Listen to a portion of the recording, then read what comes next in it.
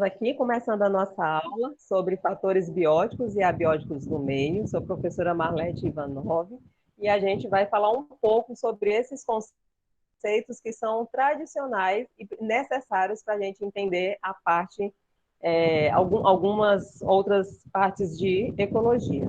Então, o primeiro aspecto que eu quero salientar aqui, que eu quero frisar, é que esses fatores bios, significa vida, né? E abios, sem vida, ou seja, os fatores bióticos ligados à vida e abióticos sem vida, são elementos que constituem os ecossistemas. O ecossistema, quer seja ele micro ou macro, ou seja, um pequeno ecossistema ou um grande ecossistema, ele só assim de acordo com o seu conceito, se nele houver a interação entre os fatores do meio, bióticos e abióticos. Então, aqui a gente traz um conceito que, pelo próprio termo, pelos próprios radicais, já dá para a gente entender qual seria a diferença entre eles dois. Os bióticos seriam os organismos vivos do ambiente, quer vivam eles no solo, quer vivam eles no ar ou na água, né? E em relação ao solo, eles podem estar dentro do solo ou sobre o solo. E os fatores abióticos são aqueles elementos não vivos que compõem o meio ambiente. De forma resumida, a gente pode dizer que os fatores abióticos, eles compõem o que a gente chama de condições e de recursos, que inclusive é o tema da nossa aula seguinte, tá? Bom, eu cito aqui os fatores abióticos, né? E nós vamos destrinchar um pouco mais sobre eles. Então, a gente tem aqui a radiação solar, a água, os nutrientes minerais e os gases, além dos parâmetros climatológicos como umidade, temperatura, ventos, pressão atmosférica. E todos esses fatores eles vão influenciar de alguma forma a resposta dos organismos vivos àquelas condições ou àqueles recursos, né? Então, eu até coloco aqui um item abaixo, que os fatores abióticos, eles influenciam profundamente a fisiologia dos organismos. Então, os organismos, onde quer que estejam, eles respondem às condições do meio. Então, você vê que há organismos que vivem em regiões frias, que eles têm que desenvolver uma pelagem mais densa, né? Para poder aquecê-lo nos períodos de frio mais intenso. Então, isso a gente chama de alterações ecomorfológicas, ou seja, na forma dele. Mas também o próprio organismo, ele é alterado diante de condições mais frias.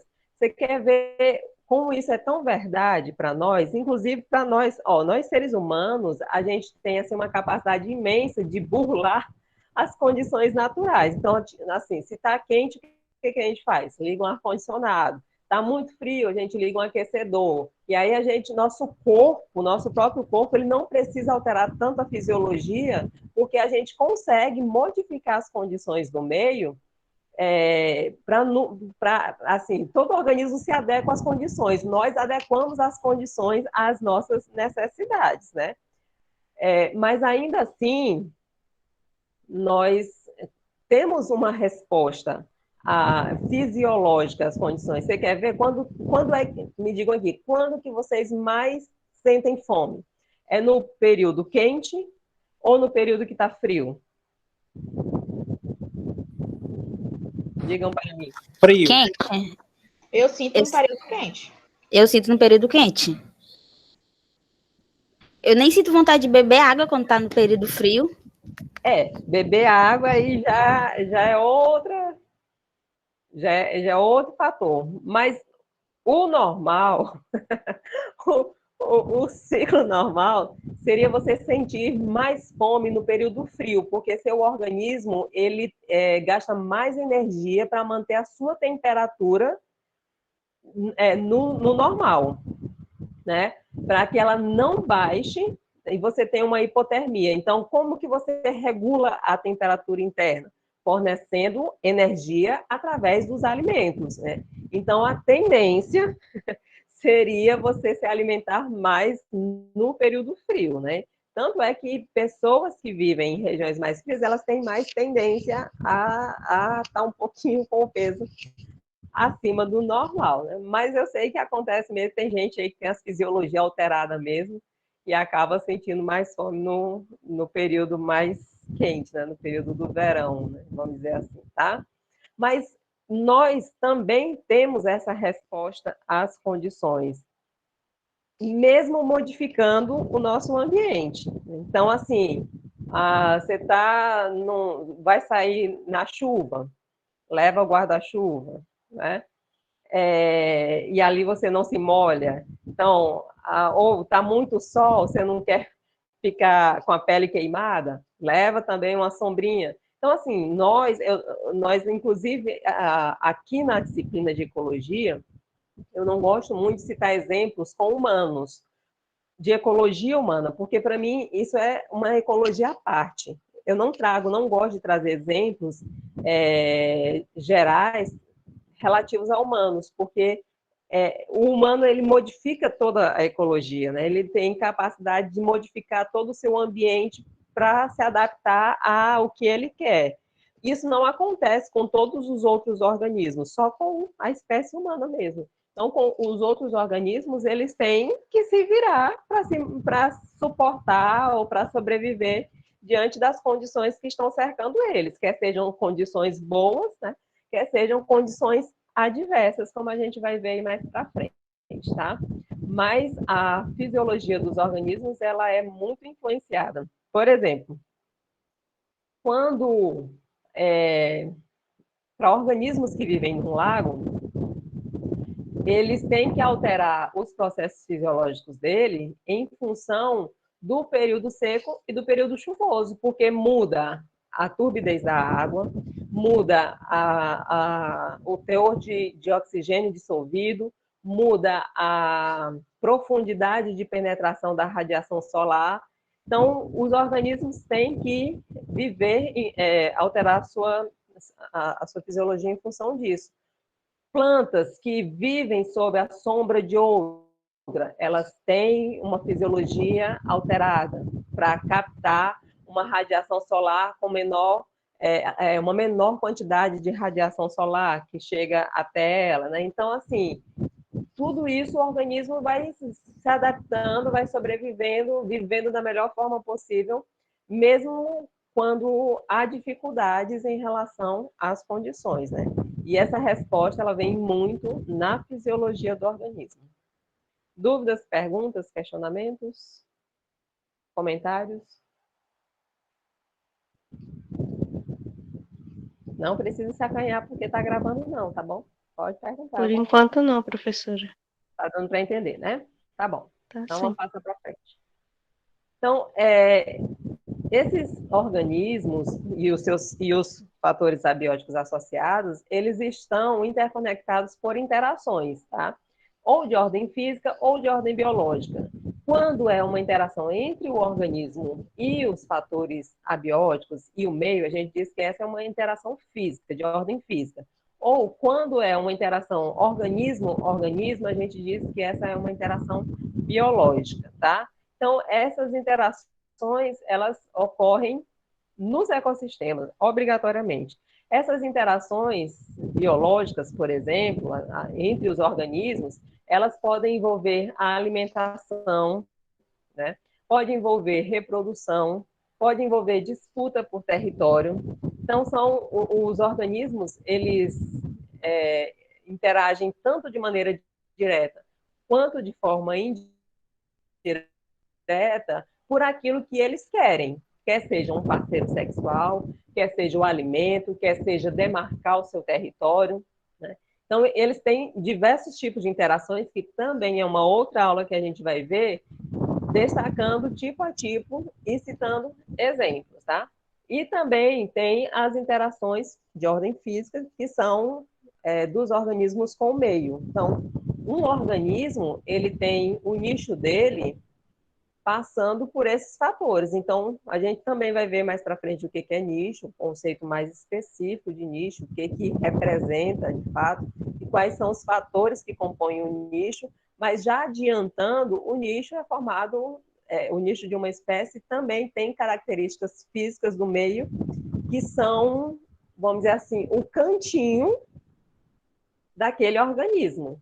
Então, nesse cantinho que ele escolheu para viver, tem uma temperatura ideal, tem uma umidade bacana, né? Então, assim, tem as características que aquele organismo quer. Então, as interações dos organismos de um local com o meio pode se dar também por conta de espaço, né?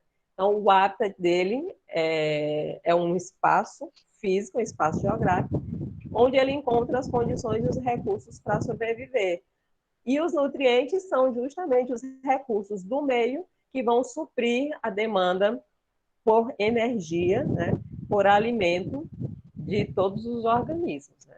Então, a gente colocou até aqui uma imagem de um organismo e os fatores com os quais ele interage, né? Então, por exemplo, um sapo, ele tem um efeito muito forte da temperatura. O sapo não aguenta se expor à radiação solar durante o dia, porque ele tem 3 tipos de respiração, né? Ele tem, quando é na fase larval, na fase de girino, ele tem uma respiração branquial. Quando ele passa para a parte terrestre, ele tem uma respiração pela pele e pelos pulmões, né? Só que principalmente pela pele. Por isso que a pele dele é muito úmida, porque ela não pode ressecar, porque senão ele acaba perdendo muita água e desseca e acaba morrendo. Então, a temperatura é um fator que influencia muito na presença ou na ausência, né? Então, esse é um tipo de interação física com o meio abiótico, mas também ele pode ter interações biológicas com outras espécies. Então, as aves podem se alimentar dele, aí seria uma predação. Ele se alimenta de formigas, né? Então também essa interação de predação são instantes com outros organismos, assim como diversos outros fatores influenciam a presença e a sobrevivência desse organismo, né? Então, assim, esse é só um exemplo. Todos os outros organismos também têm essas interações, tanto com o meio biótico quanto com o meio abiótico. Ficou alguma dúvida aí em relação à minha fala?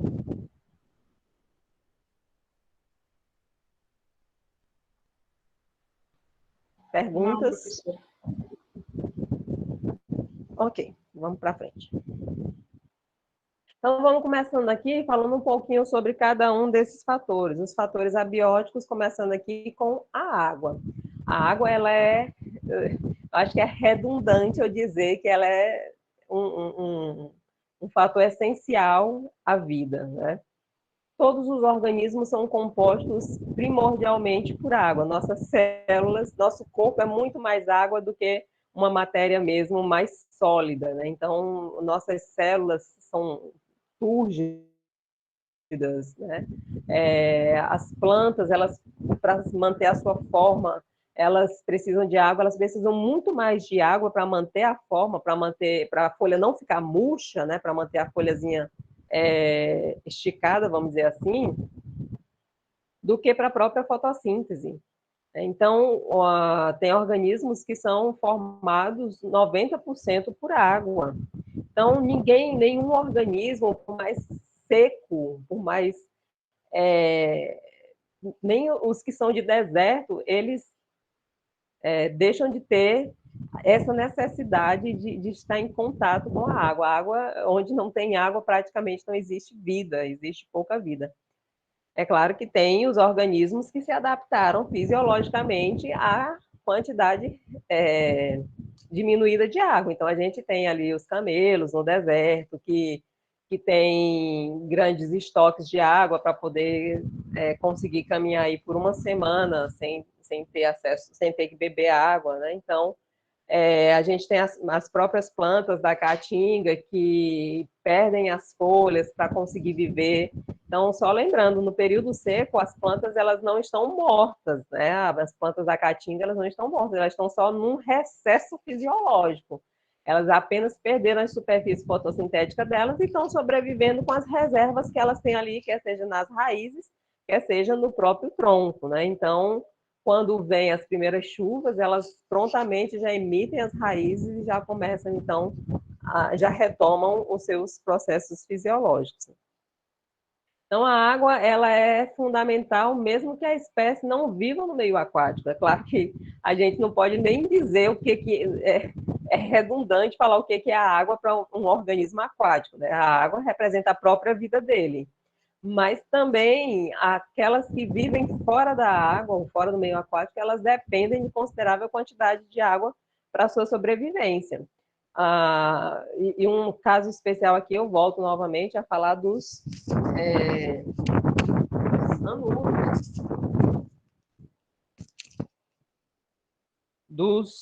em especial dos sapos aqui, né?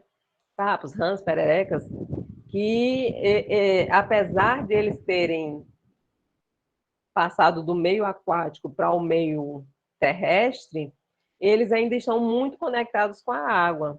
Então, eles precisam de uma boa umidade no ambiente e de uma poça, nem que seja uma poçazinha, para poder reproduzir e deixar ali os seus ovos, porque na fase larval eles são completamente aquáticos, né? O que a gente chama de cabeça de prego, né? Aqueles pretinhos ali que são os girinos, são a primeira fase dos sapos, né? Dos anuros.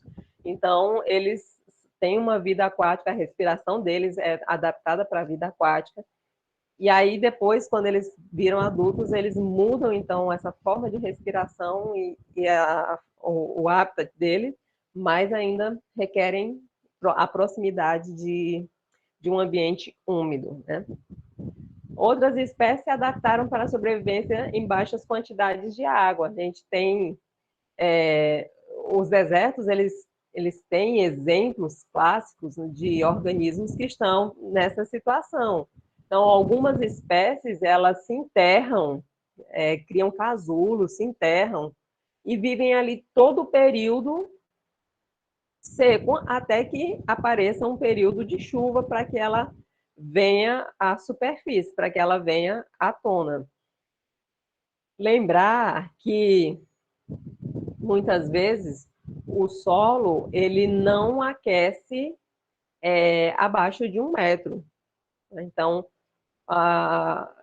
por mais quente que esteja em cima, a temperatura pode estar 50 graus, mas 1 metro de solo, a temperatura está adequada para os organismos viverem. Então, muitos deles se enterram, às vezes até menos do que 1 metro, né? Encontra as condições adequadas.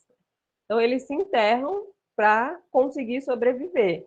E o mesmo acontece em outras situações, organismos que vivem na neve, né, em períodos que neva, que está coberto por gelo, então eles têm que alterar ali as condições, às vezes, morfológicas e fisiológicas, para sobreviver a essa redução na quantidade de água disponível, tá?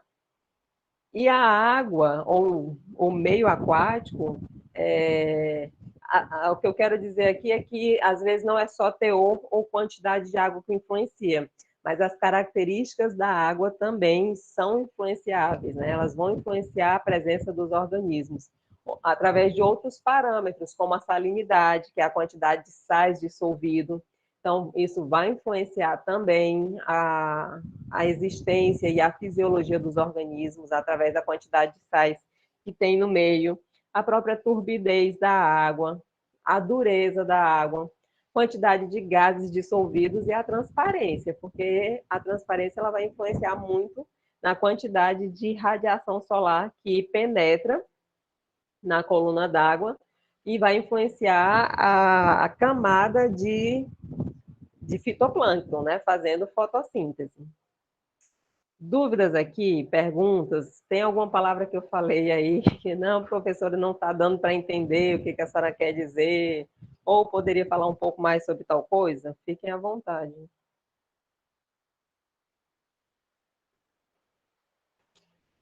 Está entendível até aqui?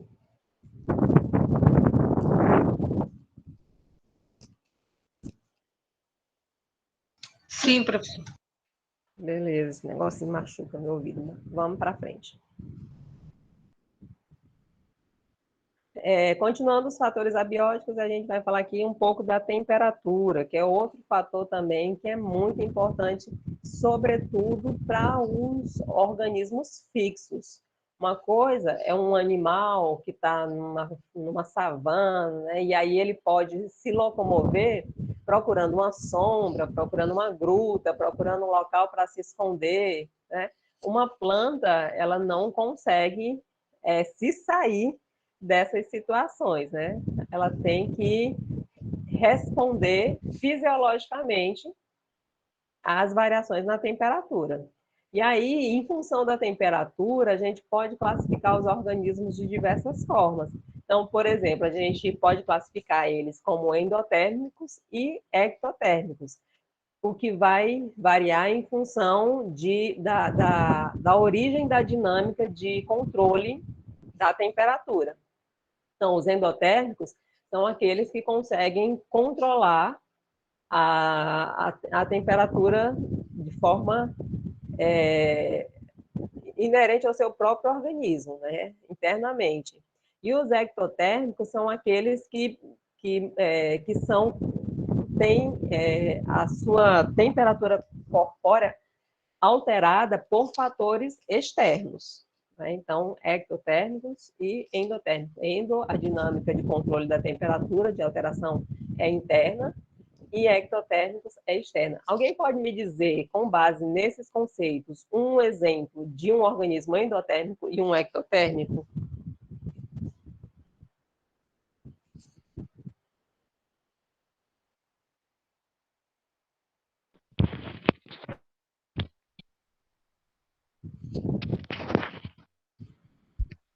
Professora, o problema é que eu esqueci de o nome. Não, é aqueles. Tipo um lagarto, mas eu não me lembro o nome deles agora. Com esse nome específico, né? Que seria em qual das duas categorias que você acha que o lagarto se enquadra? Eu acho que se enquadra no, no hemeotérmicos. Oh, desculpa, professor, é térmicos. Qual? Não entendi. Endotérmico. Ah. Mais alguém? Professora, a gente, né, como mamífero, o ser humano, ele é um ser endotérmico, porque independente da temperatura ambiente, conseguimos produzir o nosso próprio calor. Isso. Né, através da gordura também. Certo. E o ectotérmico? Endotérmico, talvez as aves. Posso estar errado. Não sei. De fato, os mamíferos e as aves são endotérmicos. Já os répteis, anfíbios e peixes, por exemplo, são ectotérmicos. Né? Eles não têm essa regulação interna da temperatura. Né? Eles não têm características muito ligadas à questão do sangue, que vai fazer com que eles tenham, então quando a colega falou do lagarto, eu digo, muito bom, o exemplo é bacana, só que é ectotérmico, tá?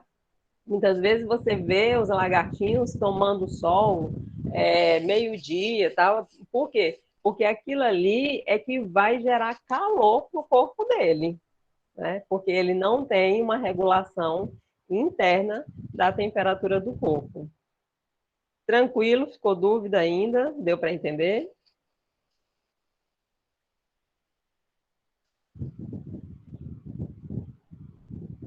Professor, deu para entender. Ok. Aí outra classificação com base na temperatura são organismos homeotérmicos e organismos pecilotérmicos, tá? Homotérmicos são aqueles que a temperatura do corpo é constante e pecilotérmicos são aqueles que a temperatura do corpo é variável, tá? Então, nossa temperatura, por exemplo, ser humano, vamos dizer, é em torno de 36 graus e ela é uma temperatura constante, tá? Nós somos homeotérmicos e somos endotérmicos. Já outros organismos, principalmente os ectotérmicos, eles têm a temperatura corpórea deles variável, por isso que eles são chamados de pecilotérmicos, porque, e esses são um caso muito mais delicado, porque eles respondem muito às alterações na temperatura. Então, eles não podem ser submetidos a temperaturas muito altas ou muito baixas, porque, como eles não mantêm constante, eles acabam morrendo. Então, são o tipo de organismo que você vê pouco em ambientes extremos. Ambientes mais extremos, você vê mais mamíferos e aves do que as outras categorias, né? Não que não existam as exceções, tá? Tudo dentro do mundo biológico tem as exceções à regra. Para tudo que você imaginar, você vai encontrar uma exceção. Um caso que é muito notório disso é como você classifica, como você diferencia o que é animal e o que é vegetal. O que vocês aprenderam? Quais são as principais diferenças para você dizer um organismo animal é um organismo vegetal?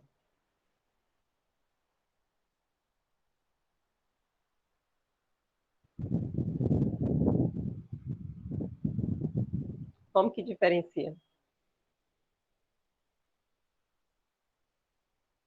E aí, ninguém arrisca?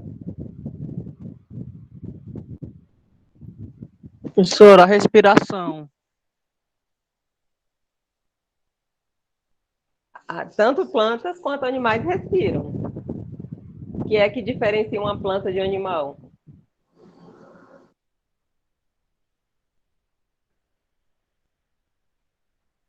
Professora, é a célula? É o quê? A célula? É uma das formas da gente diferenciar, né? A célula animal é diferente da célula vegetal. As células vegetais têm parede celular e as animais não têm essa parede celular, que é o que confere a elas a resistência, né? É uma forma de, de impedir tanto as oscilações que acontecem em função das condições do meio, né? Para que a célula não rompesse. É uma forma de proteção, a parede celular. Mas também tem uma que é muito comum. As plantas, você diz assim, são verdes. Os animais não são. Mas as plantas são verdes por quê? Celulose. Clorofila. Porque elas têm clorofila. Os animais não têm clorofila. Então, é uma forma que você diferencia animal de vegetal, pelo pigmento, né, que existe nos vegetais. Então, uma forma de classificar, fora outras características, né, que a gente, inclusive, o que inclui essa da parede celular, é a presença ou não do pigmento, desculpem, fotossintético. Mas, se descobriu uma lesma verde que faz fotossíntese. E aí você classifica ela aonde? No reino animal ou no reino vegetal? Então, como eu falei para vocês, as regras não valem para tudo dentro da biologia, menos ainda dentro da ecologia. Certo? A temperatura ela tem influência sobre vários parâmetros do desenvolvimento das espécies e fisiológicos. Isso a gente já vem batendo aqui, já vem repetindo, né? Tem esse gráfico aqui de um artigo, né? Desculpem, esqueci de colocar a fonte aqui na pressa de fazer os slides, acabei esquecendo. Mas aqui, olha, tem a variação na temperatura e aqui a germinação, através da emissão de radícula. As primeiras raízes, né? Então, a emissão das raízes é em função da temperatura. Se você ver aqui, ó, em 25 graus, 100% dos indivíduos analisados, quase 100%, né, aqui, né? Quase 100% germinavam. À medida que essa temperatura vai aumentando, vai reduzindo essa germinação, de forma que em 40 graus, a planta, a espécie, ela já não consegue mais germinar, já não consegue mais emitir a radícula. Ou seja, a temperatura aqui vai influenciar profundamente no desenvolvimento, na germinação e na sobrevivência dessa espécie. Isso aqui é um cenário de aquecimento global.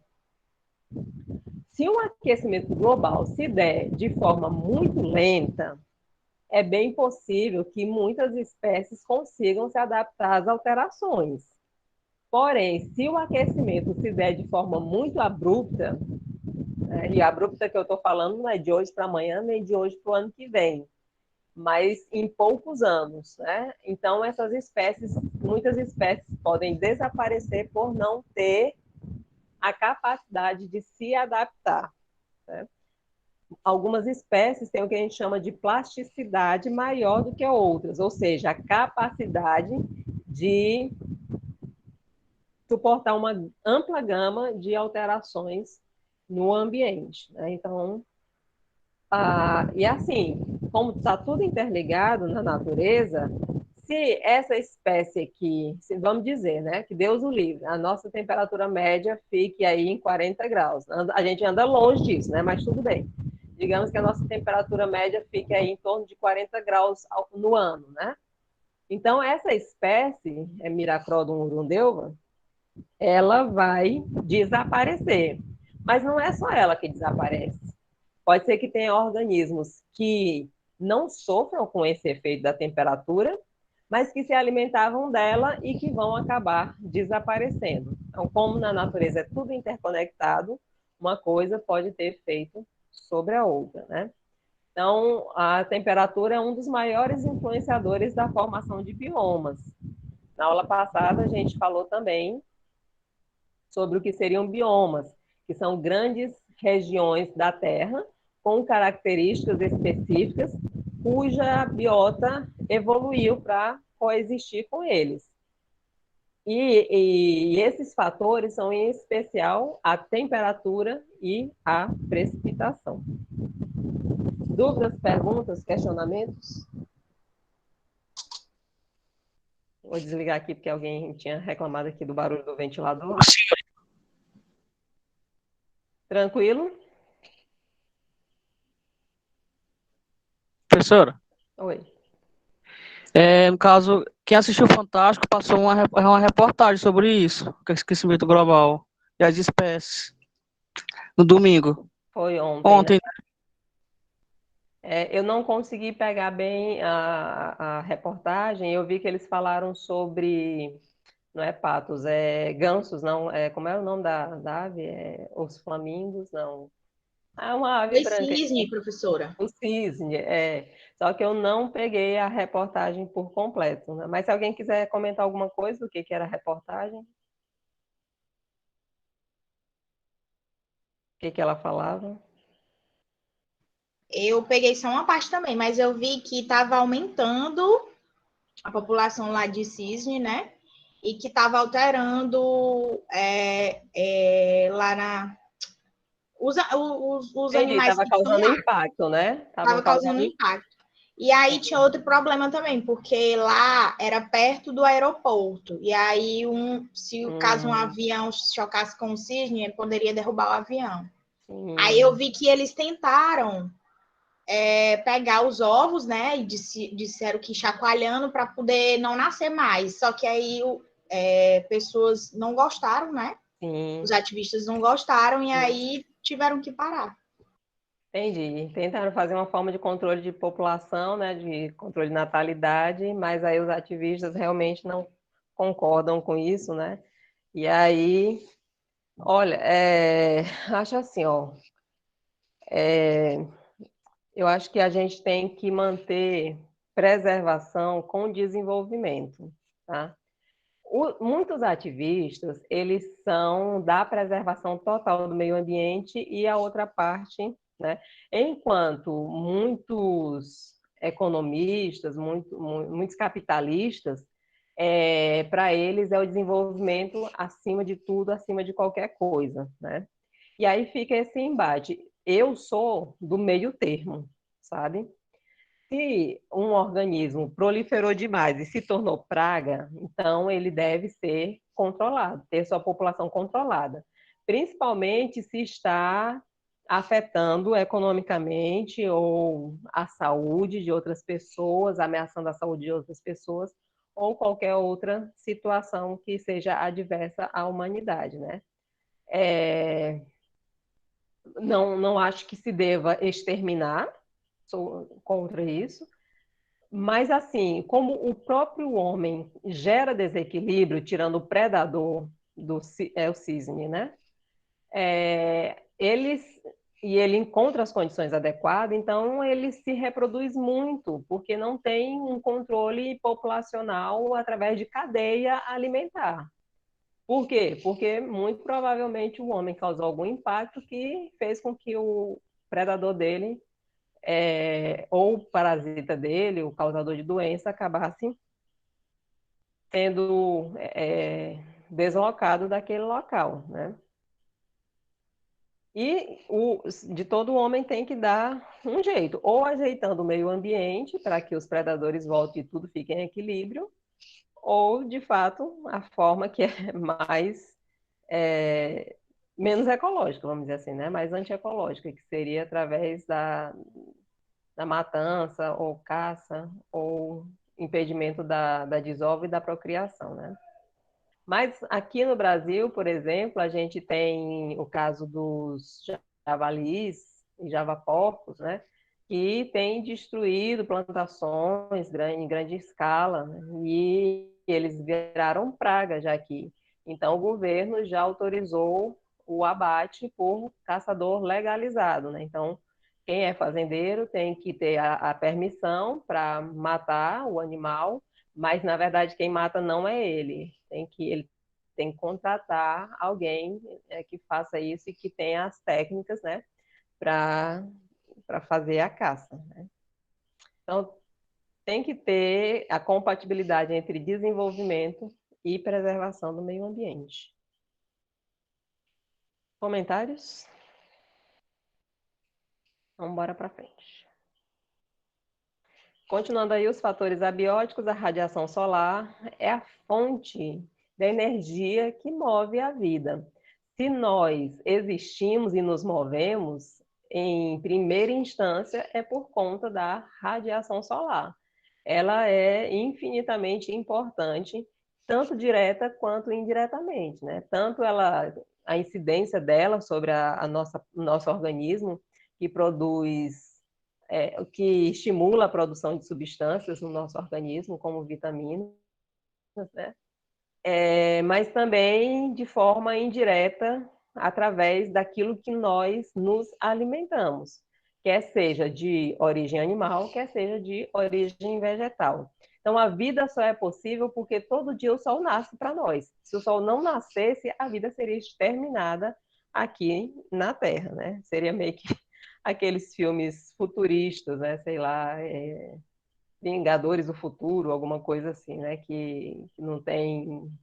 Tá tudo, acho que tão poluído, que não tem sol, enfim, não lembro bem como é que é a trama do filme. Então, ela é a energia que move a vida, porque as plantas, que são a base das cadeias alimentares, elas recebem continuamente radiação solar, que é a fonte de energia para a fotossíntese. Então, a fotossíntese é dividida em duas etapas, a que a gente chama de fase luminosa e a outra que a gente chama de fase escura. Fase luminosa é porque ocorre a captura dos fótons, que são pacotes de energia, a radiação solar ela chega na forma desses pacotes de energia, que são capturados pelas plantas, pelas folhas, né? E aí, com essa energia, ocorre a quebra. Com essa energia luminosa, a captura dessa energia luminosa, ocorre a fotólise da água, ou seja, a quebra por meio da luz, da molécula de água. Então, você vê aqui, ó, tem uma molécula de água, que é um cloroplasto, né? A molécula de água sendo quebrada pela luz, liberando oxigênio e energia na forma de ATP. Enfim, a gente não vai entrar muito nessa parte aqui, mas a gente precisa entender o que daqui da fotossíntese. É que através da radiação solar, da chegada da radiação solar, que dá o start, é onde liga o interruptor para acontecer, é onde chega a luz, né, o interruptor para fazer acontecer a fotossíntese, na fase que a gente chama de fase escura, que é a fixação do carbono. Tá? A gente chama de fase escura não é só porque acontece à noite, em algumas plantas acontecem à noite, mas chama de fase escura porque não precisa da radiação solar. Então, a fixação do carbono até a sua redução a compostos orgânicos, né? Então, e isso precisa de energia que vem lá da radiação solar. Então, ela é fonte de energia para a fotossíntese. E com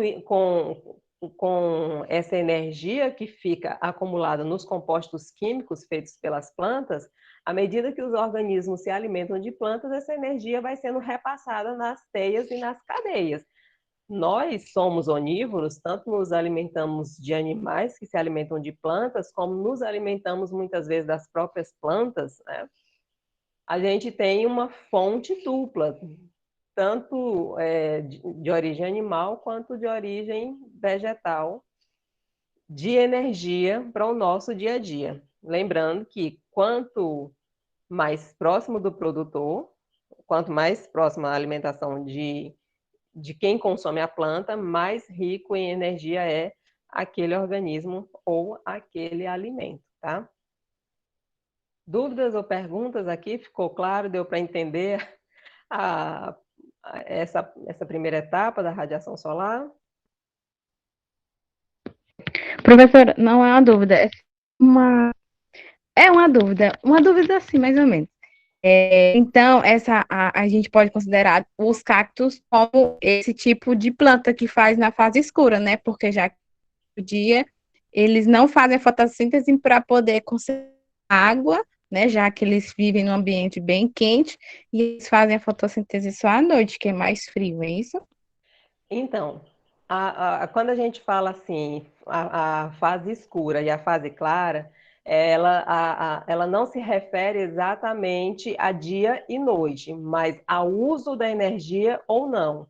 A fase escura, ela tanto pode acontecer durante o dia em plantas C3 e C4, como pode acontecer à noite em plantas CAN, como é o caso do cacto, entendeu? Fase escura só porque não precisa de radiação solar, certo? Mas pode acontecer tanto durante o período diurno quanto o período noturno. Isso vai depender do tipo de ciclo de fotossíntese que cada espécie tem. Aí a gente classifica assim, tem espécies C3, de ciclo C3, espécies de ciclo C4 e espécies de ciclo CAN, certo?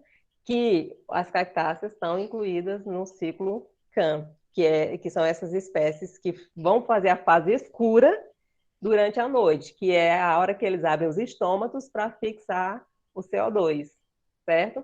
Já as outras, C3 e C4, elas abrem durante o dia para fazer fotossíntese. Ficou clara aí a diferença? Sim, sim, entendi. Pronto. Mais alguma dúvida ou pergunta? Comentário? Ok, então a radiação solar ela também influencia crescimento, germinação, reprodução.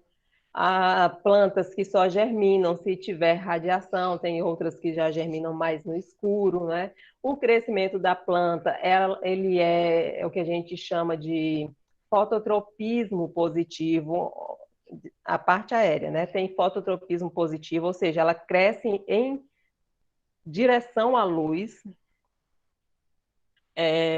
foto de luz, tropismo, né, de alimento ou de crescimento, então, crescimento em função da luz, diferente da raiz, que tem fototropismo negativo, tá? Porque ela cresce para dentro do solo, se distanciando cada vez mais da radiação solar, mas a parte aérea tem esse fototropismo positivo e o seu crescimento é influenciado pela radiação solar, tá? É só você ver uma planta, presta atenção, que está em algum tipo de sombreamento, mas que recebe frestas, uma parte de radiação solar. Você vai ver ela crescendo justamente onde tiver aquele rastro de radiação solar. Isso pode ser numa casa, num muro, ou até mesmo dentro da floresta. As plantas, elas crescem em direção à luz, né? Em direção à radiação solar, tá? A reprodução das plantas também é influenciada pela luz, é o que a gente chama de fotoperíodo. Fotoperíodo, fóton, luz, período, período luminoso, ou seja, a quantidade o tempo diário de luz vai influenciar na germinação e na florescência. Então, as plantas, elas florescem quando tem um determinado período diário de luz. Muitas delas com período de 10 horas, outras com período de 12 horas, tá? Então, a gente vai ter aí plantas germinando ou florescendo em função do período de luz diário. Então, aqui, ó, você vê que plantas que receberam luz abaixo do valor crítico florescem. Então, aqui tem plantas de 10 horas, plantas de 12 horas e de 14 horas. Mais plantas que receberam luz acima do fotoperíodo delas, elas ficam em estado vegetativo, elas não florescem. Então, aqui, ó, essa aqui recebeu 16 horas de luz, essa 18 horas e essa 20 horas de luz. Então, a natureza é tão perfeita que as plantas precisam de um tempo exato de luz diária para poder florescer. Acima daquilo ou muito abaixo daquilo, elas não conseguem florescer e reproduzir se não tiver o período de luz adequado. E também a radiação solar contribui para o clima, é um dos fatores que vai influenciar a formação de nuvens, a queda da água, né? Vai dar energia para as ondas, vai auxiliar na evaporação da água superficial, que vai para a atmosfera, na forma de vapor, vai formar as nuvens, vai precipitar. Então, você vê como a radiação solar, de fato, é um fator abiótico também muito, muito importante, né? Na verdade, não tem como a gente dizer qual deles não seria, todos são, né? Os nutrientes minerais, inicialmente eles são fornecidos pelo solo, capturados pelas raízes das plantas e fixados na biomassa, e aí passa isso na cadeia sempre que um organismo se alimenta de outro, né? Começando pelos que se alimentam das plantas. Os minerais, eles compõem os diversos compostos químicos do organismo. Então, o próprio nitrogênio, o fósforo, né, o potássio, que vão compor o próprio magnésio, que vai compor a clorofila dos cloroplastos, né? São minerais que vêm do solo. E uma vez dentro dos organismos, né, uma vez fixados na biomassa, eles vão passar de um organismo para outro via teia alimentar, até que cada um desses organismos morra, sendo decomposto, e retornando, então, esses nutrientes ou esses minerais ao solo, né? Então, os minerais têm ciclos. Os ciclos deles passam por diferentes compartimentos, que é o que a gente chama de pools, né? Do inglês piscinas, né? Mas são compartimentos. Que compartimentos são esses? Tem ciclo que passa pela água, pelo solo, pelas rochas e pelos organismos, como é o caso do carbono. O carbono, ele passa pela água, ele passa pelo ar, ele passa pelo organismo, né? Através da inspiração e expiração. E ele vem, tem uma fonte rochosa nos solos, ele é liberado na biomassa, enfim, tem todo um ciclo que passa por esses diferentes compartimentos, né? Nem todos os elementos têm um ciclo que passa por todos esses compartimentos. Alguns são gasosos e entram e vão em contato direto com o organismo, enfim, né?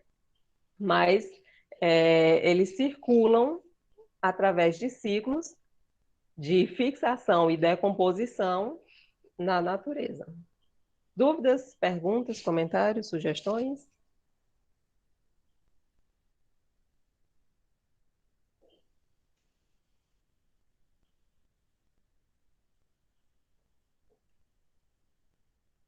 Ok. Aqui o último dos fatores abióticos, que são os gases. Então, os gases estão aí na atmosfera. A atmosfera, o ar é composto por diversos gases, tá? Outros em maior quantidade, outros em menor quantidade. Uns não são utilizados entram pelo organismo e saem do organismo sem efeito algum sobre o próprio organismo, né?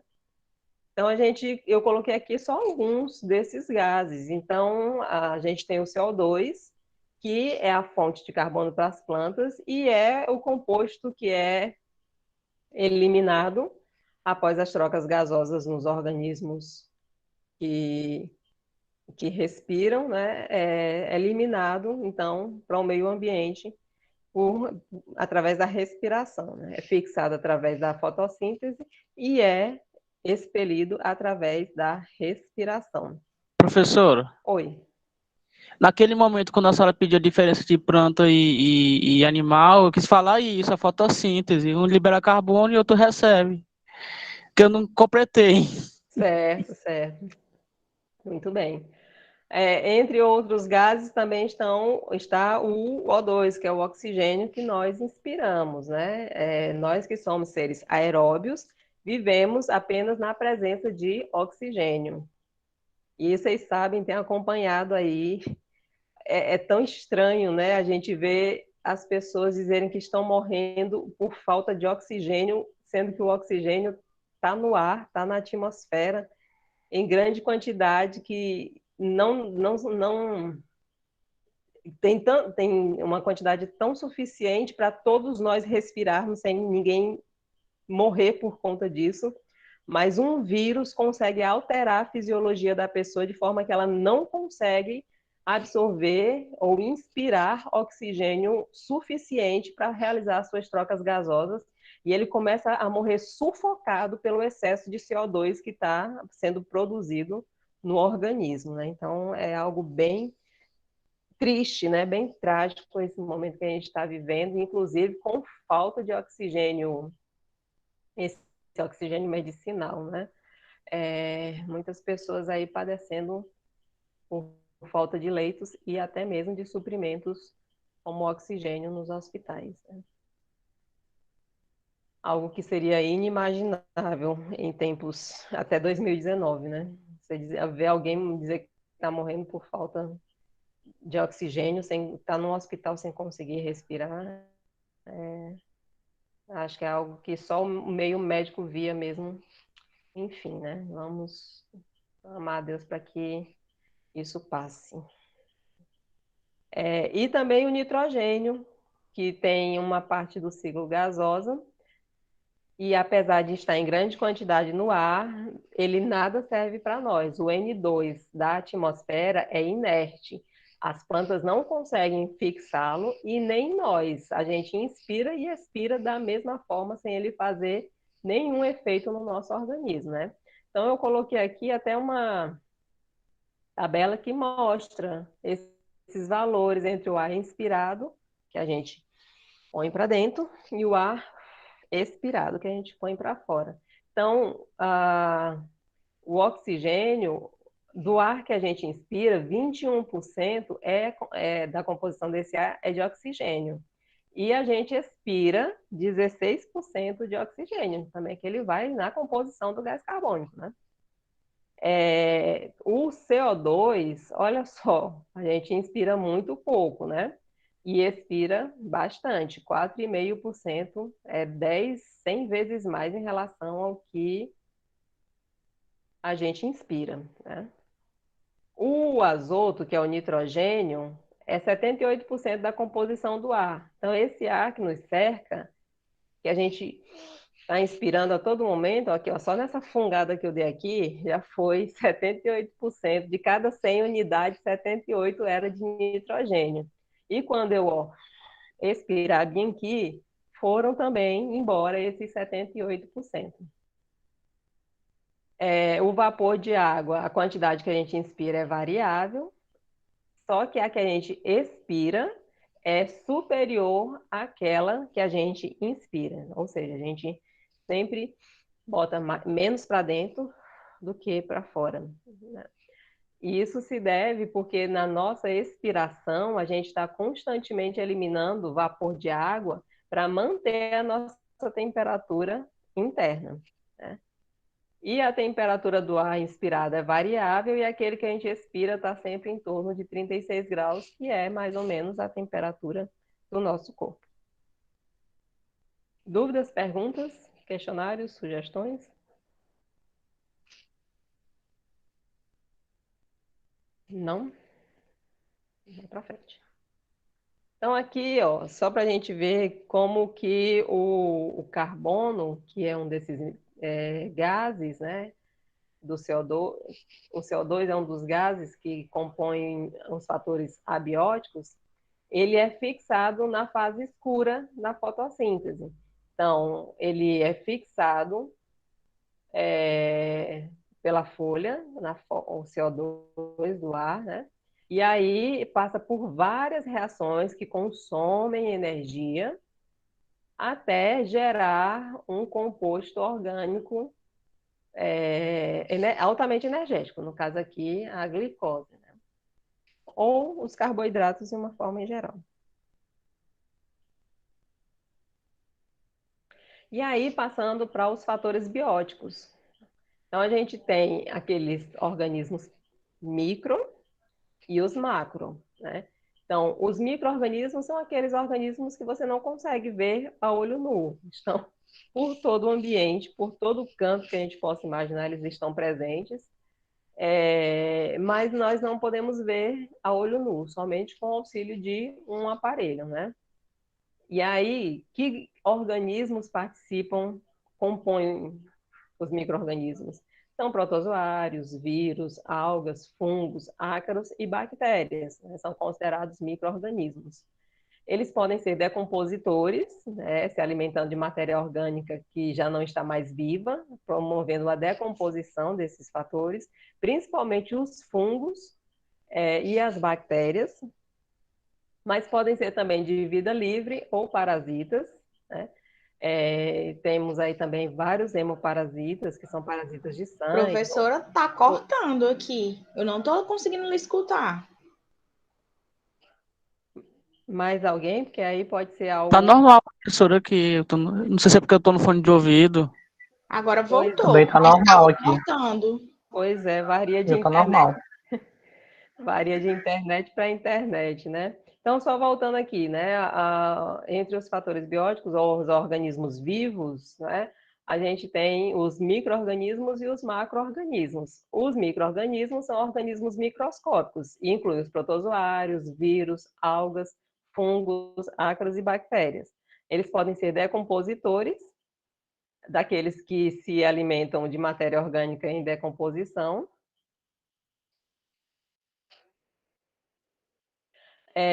ou ainda podem ser de vida livre também, ou parasitas, que precisam de um outro organismo para sobreviver, retirando nutrientes. São organismos que se alimentam de nutrientes de outro organismo.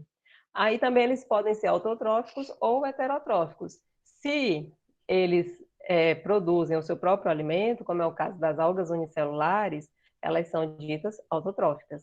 Se eles não produzem o seu próprio alimento, mas precisam de uma matéria já pré-existente, a gente diz que eles são heterotróficos. Então, tanto parasitas quanto decompositores são heterotróficos, tá?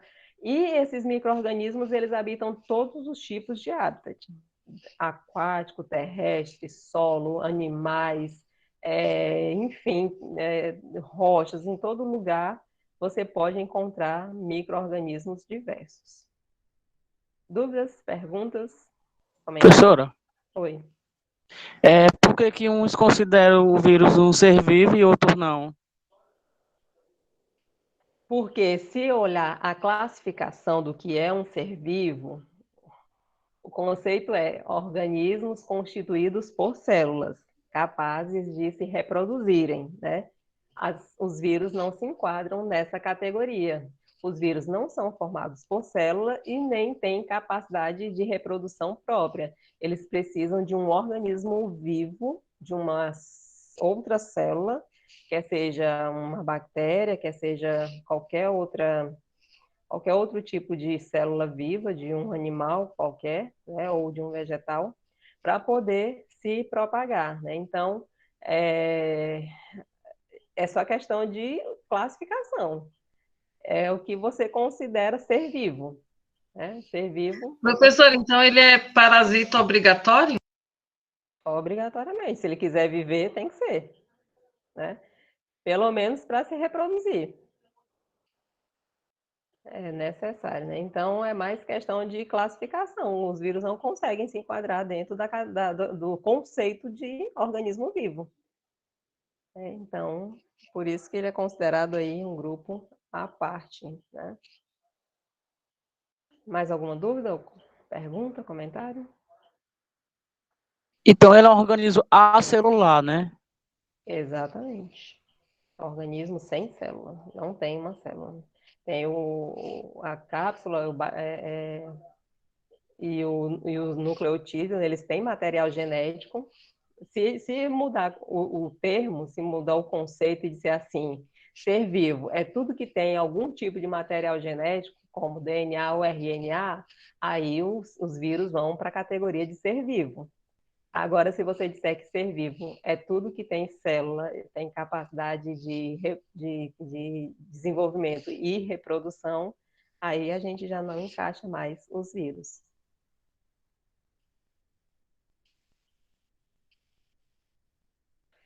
E aqui a última parte dos fatores bióticos, organismos macroscópicos, né? Então, são representados por fungos, algas protistas, algas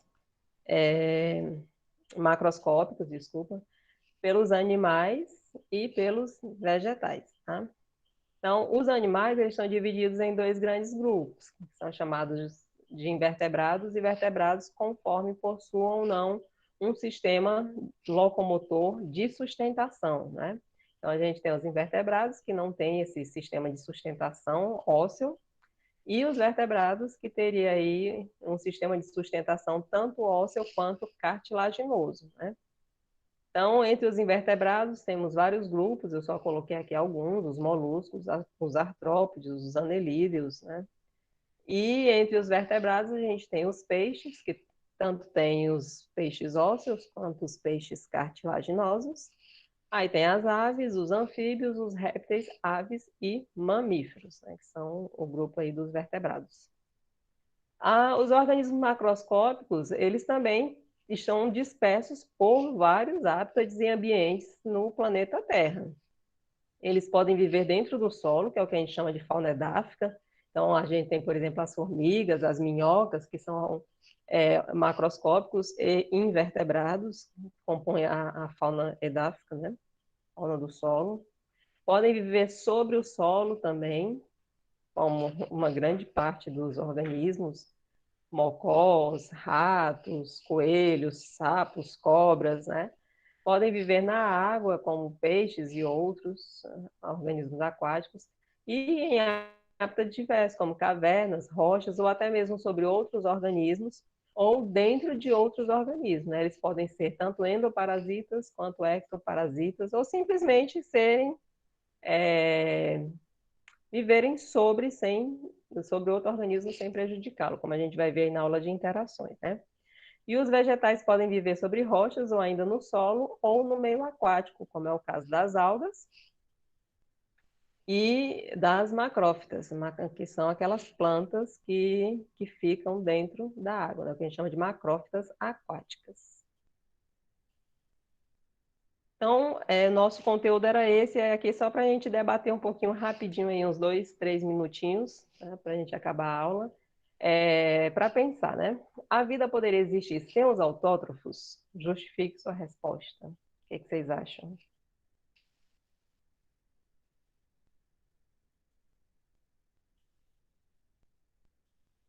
Pode responder, professor?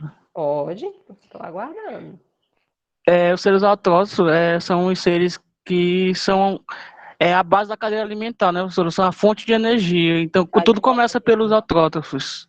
Até que a energia ela vai se passando, né, professora? Exatamente. Então, não poderia existir vida sem os autótrofos. Muito bem. Mais alguém quer comentar? Alguém discorda do colega? Professora, também acho que não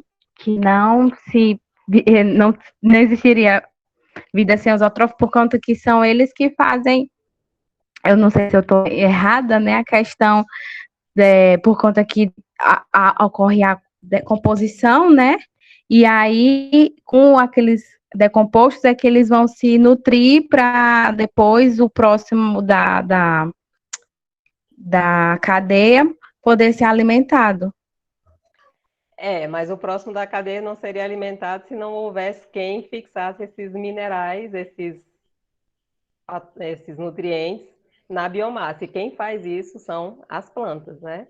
Então, não tem como existir vida, tanto porque elas são a base da cadeia alimentar, como o colega falou, porque elas recebem energia em maior quantidade, que é quem está mais próximo da energia solar, né? São eles que têm um contato mais próximo, no sentido de transformar essa energia em alimentos, né? Tanto quanto que são eles quem retiram os nutrientes do solo e os passam na cadeia, né? Não tem nenhum animal que tire nutrientes do solo. O solo poderia estar riquíssimo em nutrientes. Os animais poderiam comer uns aos outros, mas algum momento essa cadeia acabava, se não houvesse quem fixasse esses nutrientes na matéria orgânica. Ok? Mais alguma pergunta, dúvidas, sugestões, questionários?